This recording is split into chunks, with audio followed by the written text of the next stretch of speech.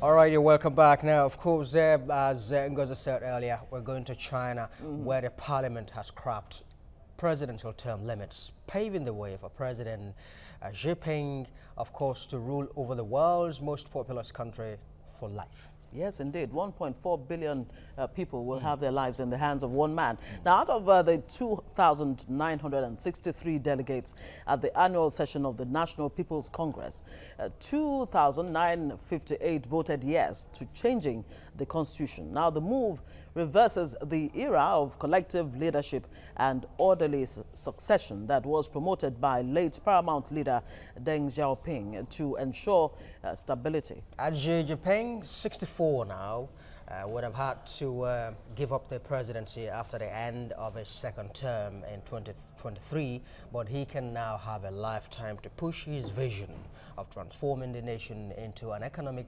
and military superhouse. Well, Dr. Danny Kere is still here in the studio with us, a lecturer, philosophy lecturer at the University of Lagos. Well, you've got to ask, why, what is the motivation for returning, China to one-man, era, one-man rule era? Well, it's going to be a very complex situation because, one, we are not Chinese. We might not even understand clearly what would have inspired this kind of drive. But looking at it politically and all the rest, just trying to do some analysis. At the moment, I think the leadership is doing well, and they feel comfortable with, the way and manner they are being, led.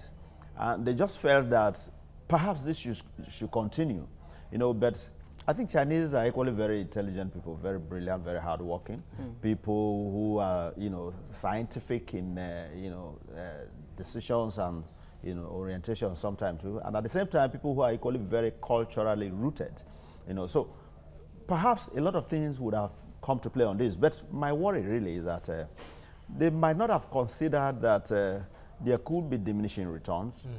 At the moment, their leader is 64. Yes. And I'm wondering how long it's going to remain that vibrant, to continue to lead. And I'm equally worried how a place like China with so much, almost a third of the world population, will have to run like a kingdom. And I'm surprised because what they have just done now is saying that this is the people's kingdom of China, not the republic anymore. Is this a reflection of what's going on globally? I mean, there's a rise of fascism in Europe, in the United States too. There's some level of, I don't even know what to call it, but it's a wind that seems to be blowing away from democracy. And you want to ask, is democracy being pushed back? Yeah, but you see, democracy has its own challenges, really. It's equally a form of dictatorship too. We must understand that democracy is not as liberal as we look at it. The only difference is that at least people can talk, but it might not have their way a number of times because a situation where two people contest an election, maybe you have 5 million voters, one gets about 2.8, or maybe 2.6, the other one gets 2.4, and the rest of it, and the one with 2.6 becomes the president. The 2.4 is thrown away. So what you are saying indirectly is that the 2.4 million people are not only irresponsible, they are not relevant. So you can imagine a situation that's dictatorship of democracy. Yeah. That's why Plato never gave a consent. That was not even the major reason. The major reason for Plato was that it's usually a government of the mob. Because just like we go for elections, a lot of people who cast their votes don't even know who they are voting for. They don't have any idea who the characters are. All right, they just go by all manner of slogans. So when we say propaganda, people should vote their conscience, I mean it's almost an anomaly because even how do they vote their conscience when they don't know who they are voting for? But let's come back to China. So on the issue of China, yes, Deng Xiaoping, of course, was China's reformer who ushered in an open, government, allowed China to, for investors to come in and all of that. Opening the space. There was a reason why he did that. Yes. And now it looks like memory has failed the Chinese. Not is that what is going on? The past failed, they have arrived. they've achieved. Don't forget that China is doing some form of colonialism in the world today. More or less, yeah, especially in Africa. Diplomatic one. Remember, the United States was just, the US was just telling us that we need to watch these loans that we're collecting from China. They've overrun everywhere. Yeah, the US has done the same in a way, gone about their own form of colonialism, giving grants, doing all manner of things. Sometimes even wanting to force you to gay marriages and the rest of it just because of grants. Because they have given you grants and all of that. So China is going about it in a more diplomatic manner through establishing of their various institutions, essentially Confucius Institutes, where you teach Chinese culture and the rest of it, and they are ready to spend so much money. Chinese businessmen are everywhere, and even in the US, they're almost taking over the economy. All right.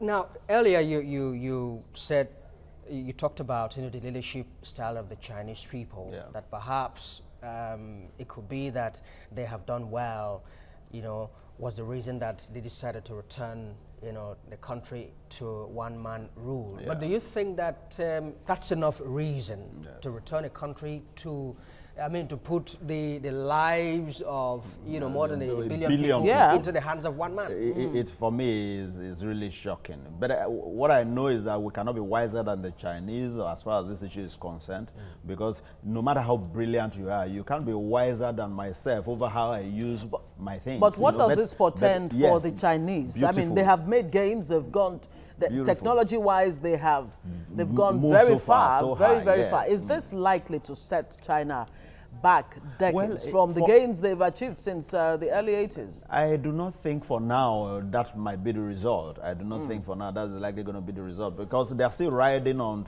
the platform already created, and they are still making progress. But what I worry about is whether this trend can be sustained in this manner. Before now, at least you still find a collective of people taking decisions and the rest of it, but a situation where you've now got to a point where somebody now rules like a king, such that he becomes a law and everything. I don't think it will augur well all through. There may likely be challenges, but it is equally not impossible that by that time there could equally be another review. When they see the trend, the decision could still be there. A review would mean that it would be a civil society. Otherwise, you might have another Tiananmen Square, situation. Yeah, but again, too, the way and manner the Chinese operate. Don't forget that they give very little room for corruption, even though Chinese are equally terribly corrupt. Well, the so-called anti-corruption rule right now under Xiaoping is against his own, opponents within his own party. Yeah, but again, at least what we have seen over time is that they actually do emphasize, such things that there's no room for zero tolerance. There's zero tolerance. But then, when you look at the activities of Chinese outside, really, you just discover that they are like living in bondage, because the moment they go out, they try to show how corrupt they are. They try to express it, But within the system, when they are within the system, you dare not do that, because the moment you are caught, you will be terribly dealt with. That's the essence of law, really. Absolutely. And Professor Patrick Loch Otieno Lumumba, says that, look, for Africa to make progress in the fight against corruption, we need to bring the system that operates in China, where if one is found to be corrupt, then you face the ultimate penalty. Otherwise, it will be difficult to make. But the challenge, while I respect the views of that the erudite professor, my challenge again is being able to establish that the person is corrupt, because those who have stolen so much in Africa, we have come to realize that the courts cannot find them guilty. So the question of how they will be punished becomes a non-issue, because it has to be established first that this man is guilty. But because they have the resources, they buy the entire system to the point that at the end of the day, the innocent man becomes the one who is guilty. Absolutely. So and we do hear that even when you institute penalties that are so stringent, it will not catch up with it. It will catch up with the man who stole. And so much so that we hear those who steal now. What they do is to steal extra. You forgot to help them to be able to fight. A last mile official was sentenced for several years because of 10,000 something. Meanwhile, those who have stolen billions will pay 3 million as a plea bargain. The man with 10,000, what do you bargain with? Is it 1,000 out of 10? So there's so much imbalance. In fact, there is beauty in stealing in Nigeria, essentially. So there is injustice in terrible corruption. one, terrible one. Well, Dr. Dadekere, thank you so much for doing justice to this one for us this morning, as always. Thank All right, you so much. there's more to come on TVC Breakfast. We'll be looking at this excise duty on alcohol and tobacco coming from the federal government. Stay with us.